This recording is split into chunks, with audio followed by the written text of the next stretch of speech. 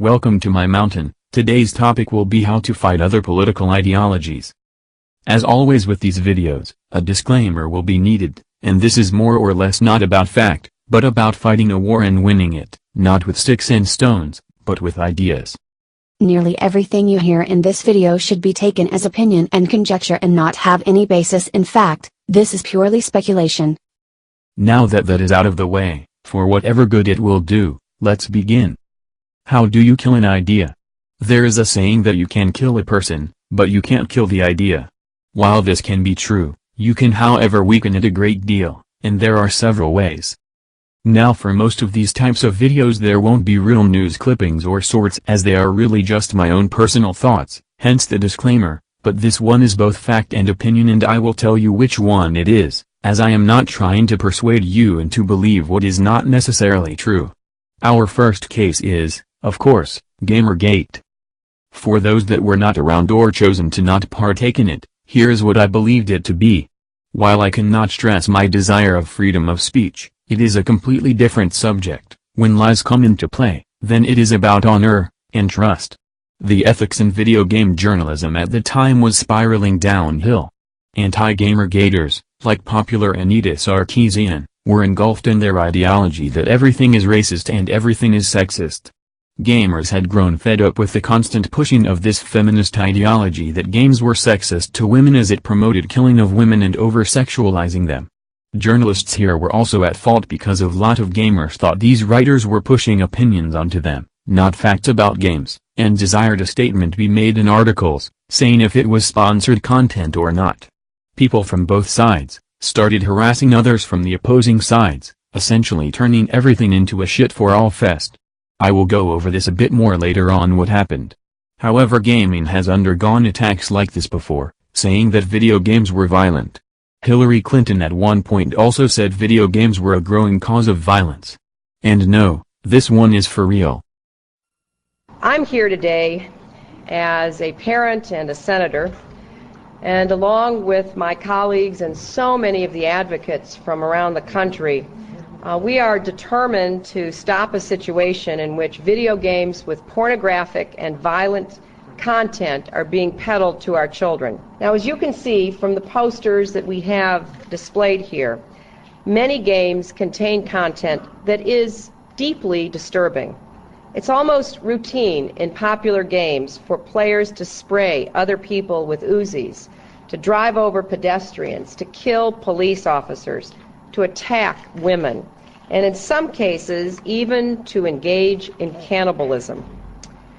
Players commit gruesome acts like these using top-of-the-line graphics in stunningly realistic detail.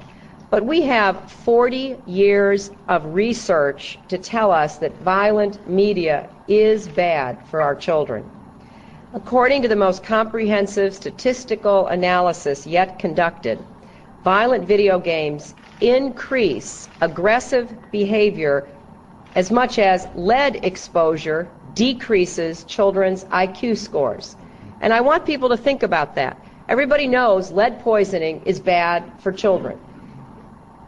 Oh, I want everybody to know that exposure to violent video games is also bad for children. We need to treat violent video games the way we treat tobacco, alcohol, and pornography. We know that these products are damaging to children, and we need to give parents the tools to keep them out of kids' hands. If you put it just really simply, these violent video games are stealing the innocence of our children. And it is certainly making the job of being a parent even more difficult. So the time has come to put on the brakes and to just insist that parents know what material is in the video games their children play, and to pass laws with real teeth that will send a clear message that we really do mean business. Think of the children, the poor children, an argument you hear a lot, and this brings me to my first way of defeating an idea. I would like to note, however, that in this entire video games are violent, this was not only leveled at children, general people who played such games were looked down on. Children should not have been playing some of these games in the first place, but you can't force your views and opinions onto others, causing your so-called morally just laws to not only affect children, but also normal people who played them. It is the children's parents who should monitoring what they play, not the government, not the next door neighbor, not the guy halfway across the states playing WoW. That being said, let's move on. What the anti-gamers party, as I sometimes like to refer to them, did, was something that can be seen a lot when arguing, and that is taking the morally high ground.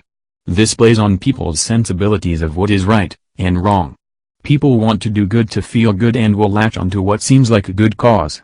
One like for one prayer to help this dying kid with cancer. Because that like will go so far. It's not about the kid with cancer. People like those things because they think they are spreading a message of a worthy cause, so they can feel good about themselves, even though the kid with cancer is still going to die. Thanks prayers, totally worked. This causes what would seem like panic in people's minds. Oh no, games are bad, what should we do? We must think of the children, let's ban all the games. Referring back to what I said about feminism, or the third wave of feminists' war on gamers, is essentially the same tactic employed but less on the focus of children, and shifting the focus to women in general, whereas history has taught us that women are fragile and need protecting, not because they are weak or inferior, but because they are the child bearers. A village cannot survive and pass on the bloodline, if the child bearers go out to fight and die, while males stay back and protect the young. Eventually the village will run out of women capable of bearing children. Now this is not a 100% without a flaw approach to it, as penguins seem to do just fine. Fucking penguins, you goddamn flightless birds. It is merely the thought process of our ancestors. Back to what I was saying, feminists prey on the community to be up in arms about these demon spawn going around shooting these virtual women, and raping them in these games, which could lead to them doing it in real life. I for one would like to point out, as well as this whole rape culture, there is no use in teaching guys not to rape, or keeping video games away from children, as people who are likely to commit these acts, are more likely to be predisposed to the idea of committing these acts. Telling a guy who played video games to not shoot up a school, is not going to make a guy who wants to shoot up a school not do it. He already knows it is wrong, but he is mentally damaged in some way or form. Same with rapists, telling them it is wrong will not do anything, they already know that, and they will do it anyway. This is why it is easier to tell and teach women how to defend themselves rather than teaching boys not to rape, because you cannot lock up a person before a crime has been committed. We all seen that movie with what happens when you try to. No one has the right to be innocent until proven guilty, and then, we are all guilty. Wow. That is one hell of a rant. But I think I will keep it, as it leads into my second point. Another way of defeating an idea, like taking a moral high ground, is demonizing the opponents.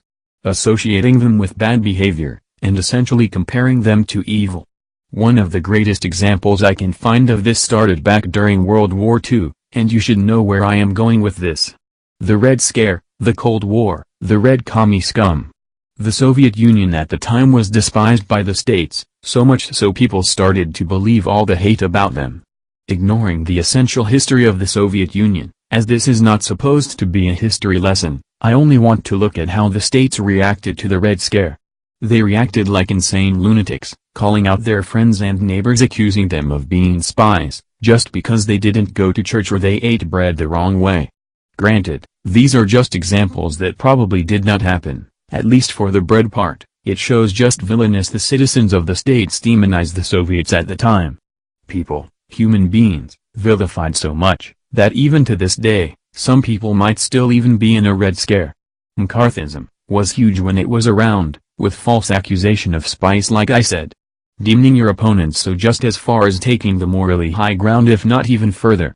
Why? It has been shown that people react more to negative things in their life, rather than positives.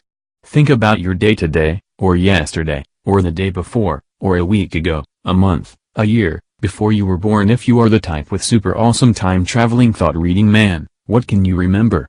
Yes, you can remember the good times, but you also remember more of the bad. I think we focus on the bad more than we should, not only because we have an innate desire to set out and fix it, but because simply, we hate negativity. So we focus on the negativity and actively find ways of fixing it. Am I wrong? Maybe, but that is why the disclaimer is there, as we focus on negativity is purely my own thoughts, though humans reacting to negativity is fact. Think of your work day. Was lunch good? How about that nice woman who came in? Did you talk about her much? or the dirty old bum leeching around outside begging for money. Demonizing the opponents puts them in a negative light. No one wants to be associated with the bad, at least most normal people. I for one do, because I am weird. However, more people are ready to act on something bad, than join a just cause, as it can easily be seen as pompous and too full of themselves. It is easier to hate the devil, than to love God. So taking the moral high ground, and demonizing your opposition, two valuable tools to get people on your side, but both of them need the third idea to really work well. That is snuffing out your opponent and not letting them get their word out. During Gamergate, feminists were criticizing gamers, and used public news sources to spread their story, while gamers had next to nothing of the same to spread their word. This led to most people associating gamers at the time with trolls, and despicable people who threaten people. If you think I am lying, let's have a look at the 2016 political election here in the United States. What of these tactics did Hillary employ against Trump? She took the moral high ground, saying think of the children and the little girls. She demonized him saying he hates Muslims and is not fit for president. She demonized him saying he is misogynistic and a fascist. And the third way? How did Hillary silence Trump?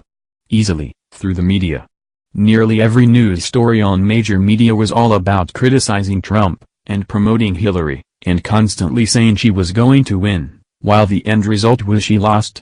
I think for a long while to come, a lot of people will be referencing the election as it was so volatile, and a complete change from the elections of the early 2000s, hence why I keep mentioning it. But if that is not enough for you, I have other examples. When presidential candidates debate, they constantly interrupt each other, not only to get their own voice out there to be able to speak up about their issues, and what they believe in, but also to silence the opposition when they start saying things they don't agree with. When people get into verbal arguments, a lot of times, those in conflict will start interrupting each other and get their voice out to shut up the opposing person, so they can't have their voice. When people go out and debate on stage or have a lecture, what do people do? They pull fire alarms, they shout and scream, until they shut up. It is a form of silencing the opposition, and also censorship, which is what I hate about this approach. Regardless of my feelings on it, it is an effective way to shut down your opponent. There are other ways, though. I was originally not going to include this one as it is really hard to accomplish when facing any of the other three ways. It's hard to talk rationally to the irrational. That is coming from a position of knowledge and using facts. The reason it is hard to win using this strategy, as most anti-feminists can contest to, is it is hard to use facts, and speech rationally to the irrational. It is damn near impossible. People's feelings can override their sense of rationality easily and frequently do, even I am not immune to this. However, where this is properly used, is in discussion, in a proper and setting against those others who are also trying to use this method to win. It is much easier to use critical thinking and facts to beat other people thinking critically and using facts. Beyond that, there is not much to say about this method. While this method is much more civil than what the others can be in most respects, it is by the far the one where people can learn.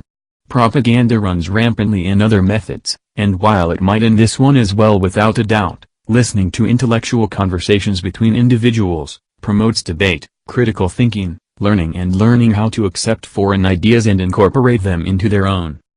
Another way, and I will admit it is a late addition, one way is to discredit the opposing team or side. While this lays more in line with demonizing, this would really be more about hijacking an ideology from within and using it to promote your ideologies. There was one case of this pointed out to be a while back, and for the sake of me I cannot remember it's a relatively hard to do, as requires you to gain the trust of others, while also slowly changing the minds of the others to think in line with you. The last idea to weaken an ideology is time. This is very short and also the last section. Waiting for an ideology to die out is not the easiest, and it is a waiting game, but essentially all things die out. It is only a matter of resolve to wait until it does fade in memory. The real problem with this, is that the opposing ideology can come back at any time. I think Gamergate proves that, with everyone treating gamers with such distaste multiple times now, but also PC culture, it has died once, and it had resurrected itself. No one knows how long it will last this time, but we can be sure it is bound to resurrect itself if it dies again. This has been quite a long video for me, and I really hope you have enjoyed it. However, the work is not done. Not for me, and the videos I still want to make, but also for you, in fighting for what you believe in. Please continue the discussion on ways of killing an ideology, as I would love to read your comments. Also, I have been wondering, as it was personal opinion, do you truly think it is easier to hate the devil than to love God? I think it is easier to hate because it requires little effort and understanding, than it is to love and know a person. Anyway, thank you for joining me on this beautiful mountain. Please subscribe for more videos to come in the future. Until next time.